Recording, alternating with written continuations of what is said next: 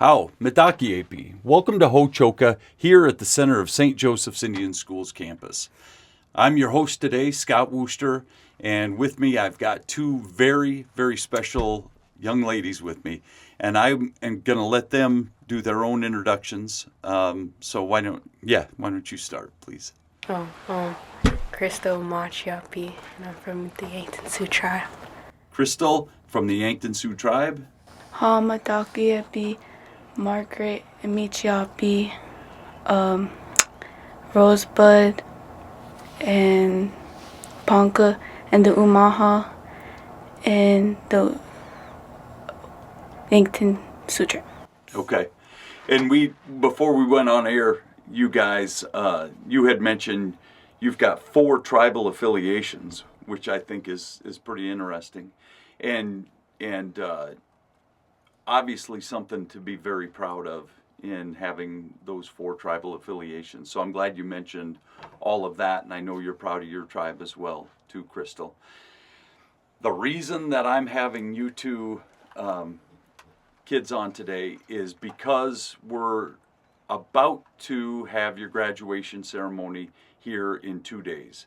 You guys are both 8th graders, and at the end of our 8th grade time here at St. Joe's, we like to have a ceremony to show that we're moving on to something different. Next year, you guys will be embarking on something totally different. You're going to school out here. 1st through 8th graders go to school right here on our campus at St. Joe's. Next year, it'll look a little bit different. Which one of you wants to tell me what you'll be doing next year, how that looks a little bit different? Waking up and everything. Basically same routine, but like going to a public school, and then after school, then we'll have to go to the learning center by the 1st through 3rd grade homes, and after we basically have free time the whole time. Yep. So right now you go to what school? Right now, for 2 more days. Where do you go? St. Joseph's Indian School. Yep. And next year, you mentioned it, the public school. Where will you be next year? Chamberlain High School. So Chamberlain Public School, which will be brand new for both of you guys. And as you get ready to go to that school, it's not totally foreign to you because you've actually set foot in that school before, right? Mm-hmm. Tell me about what do you call it when you guys went up there? What's the name of that day? Shadowing Day. So tell me a little bit, Margaret, what happens on Shadowing Day? Oh, you just shadow a person you're assigned to, and like they'll tell you what to expect in classrooms, and they'll show you around, and then you'll learn some math and stuff. You said you're assigned to a person. Who would you be assigned to? A high schooler. That goes to St. Joe's, right? Mm-hmm. So you were assigned to a St. Joe's student that's already it's already up at Chamberlain. They're a Chamberlain Cub already. And that person, you stick by their side and you go to different classes with them. Mm-hmm. And you mentioned math. You got to sit through a math class? Yeah. Okay. And any other classes that either one of you went to up there? I went to personal finance, and that was kind of boring. Yeah. It was kind of boring. And I learned I was Rob's wife. Yeah. Yeah. Rob's wife, yeah. Rob West's wife, Sandy, teaches up there. Yeah. Yep. And that could be a class that you'll end up taking when you get up there, maybe. Mm-hmm. I'm sure you'll be in math classes. What classes did you have to go to? Reading, math, and science. Okay. Much bigger school up there? I think it's way smaller than St. Joe's. Yeah. Smaller? Yeah. The actual school is smaller, right? But are there more kids up there? Like the high school area is like smaller. Okay. Yeah. Huh. What other insights do you have about that from being up there? What else impressions? What other impressions did you have of it? It was like really small. It was just like a square, basically. Yeah. Just different classrooms. Yeah. In a square, and a bunch of other people. Yeah. Like, yeah. What were your feelings about it? Was it overwhelming? Did it look exciting? It was kind of dark in there. No light. Okay. I mean, they'll like let kids in their in the classroom have phones. Okay. Yeah, but I was told like to try to leave our phones in the locker, so like it wouldn't distract us from Yeah. work. So you didn't take them in there when you were there, and they encourage you not to bring them in the classroom. Okay. Well, let's take a step back because that's what you're going to do next year. But right now, you're finishing up your career here at St. Joe's, and Crystal, you came here in what grade? 4th grade. So you've been here 5 school years, 4th, 5th, 6th, 7th, 8th? 5 school years. What's your experience been like while you've been here at St. Joe's? My experience, I mean, when I was younger, through like the fourth grade, I was like quiet a little bit, but like 5th and 6th grade and 7th grade, I was like kind of a bad kid and like just kept doing stupid things. But like in like 8th grade, I kind of got better and improved myself. Yeah. Huh. Made some bad decisions along the way and then kind of sorted out where you were going to head with things and made better decisions this year, you think? Awesome. That's good insight for you to know those things. Has it been a good experience being at St. Joe's? Yeah, I think so. Okay.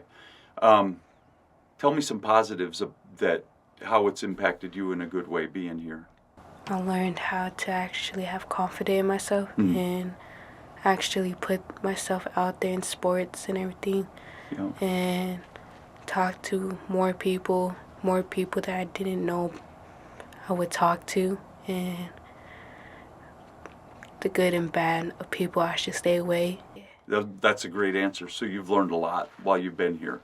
Yeah. Has it been hard to be away from home for you over those 5 years? I mean, when I was younger, yeah, but now when I grew up, then Yeah. I kind of got used to it. So some homesickness when you were younger, but not so much anymore. Okay. Are you looking forward to high school? Yeah, but I'll miss middle school. Absolutely. Yep. And Margaret, I'm going to ask you the same questions, but your situation's a little different because you came here when? This year. Yeah, so your 8th grade year was your first year of being here. And I call kids like you legacy students. And what I mean by that is your mom was a student here, your uncle was a student here, you had 2 aunties that were students here all at the same time about 20 years ago.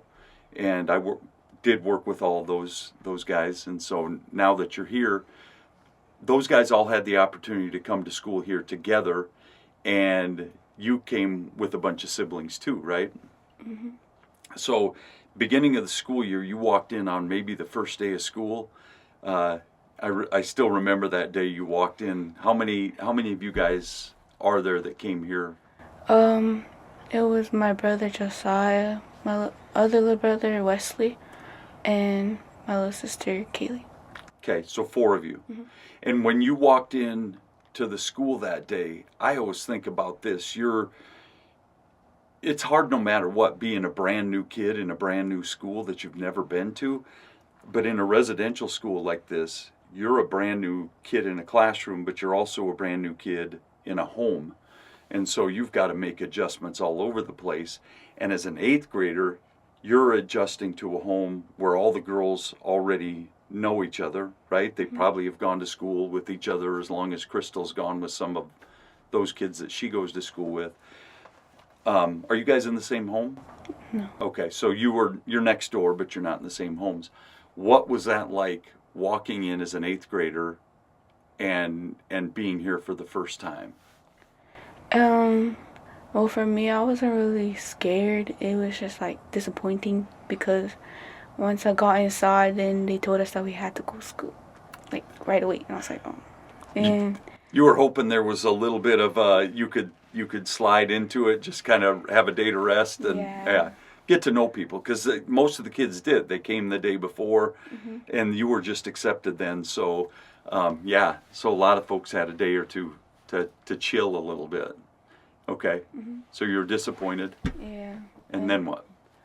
I was also kind of happy because it was like different. Mm-hmm. But then, because I've been going to public school for like 7 years of my life, and I really wanted to come here because my mom made it sound really fun. Mm-hmm. And I never knew she went to a boarding school, so I was just kind of like happy to like follow her steps. Yeah. Yeah. And I was like kind of happy because like we'll be like away from home and won't be bored or any of that. So yeah, I really like it here. Yeah, that's awesome. So how long did it take you to like it here? Took me like about like 4 days. That was it? Yeah. And then you just got into the swing of things and went with it. Yeah. And you both actually probably had house parents who were new this year, and so they were kind of finding their footing too, right? So they were learning how to be here. Mm-hmm. Am I right about that? Mm-hmm. So you guys sort of learned those ropes together. I will say this, Margaret, at the end of this year, you seem pretty composed as an 8th grader. I mean, you have a lot of friends and are well respected, as are both of you. But it's like you've been here for a long time, right? Nobody's a newcomer at this point in the school year at the end of it. I still remember the day you walked in and we plopped you guys straight into classrooms. And if you've ever walked into a classroom and you didn't know anybody and you have to walk in and 12 heads turn towards you and stare at you, it can be a tough thing, can it? Mm-hmm. Yeah, but you made that transition well. I work with your brother, Josiah, and I remember on that first day, he immediately started calling me bruh. And I worried. I thought, oh boy, what's this guy going to be all about? He's calling me bruh already.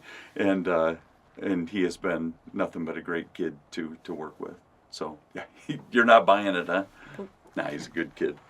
Okay, so we're getting ready. Crystal, you already kind of said it in a very good way, that Friday's going to be a tough day and a celebration because it's the last time that your classes will be together, right? 8th graders, we're a small group. How many kids go to school here in the 8th grade?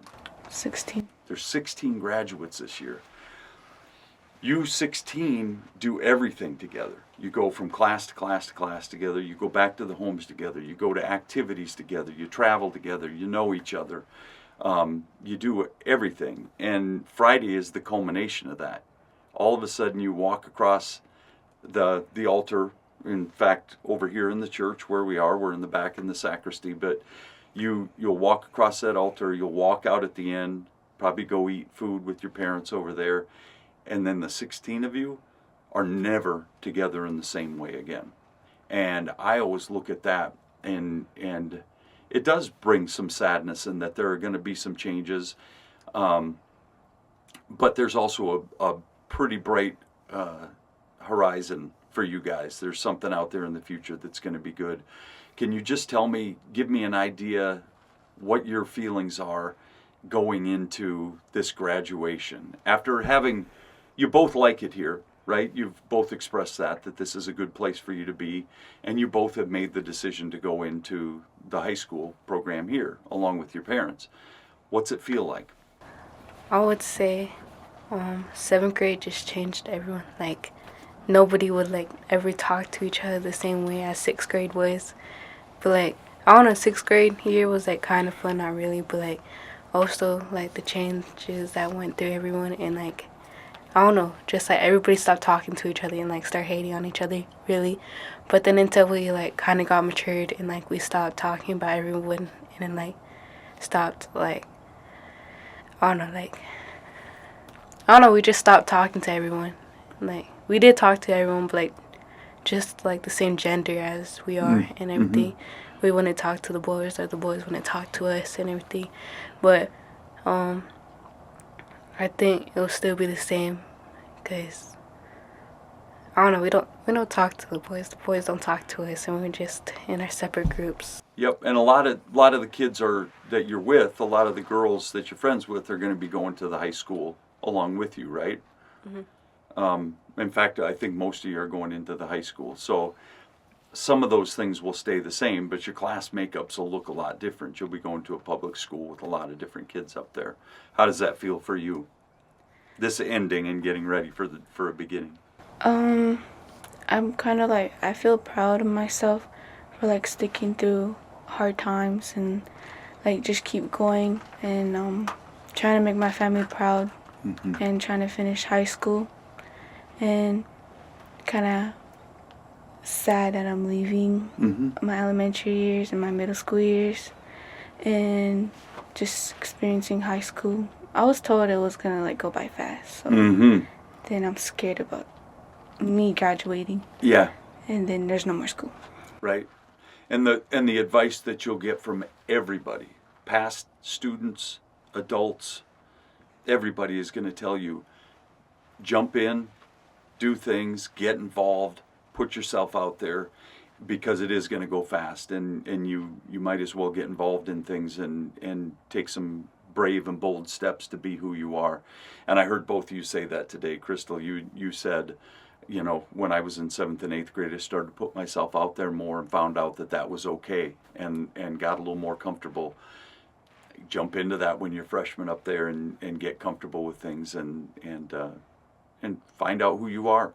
Are there any activities that you'd like to be involved in when you get up to the high school? There's all sorts of things that they have up there. I would like to be involved with basketball. I don't really like volleyball, but I would rather do football. Oh, yeah? Yeah. Okay. And softball. Yep. I tried track, but I don't really like track.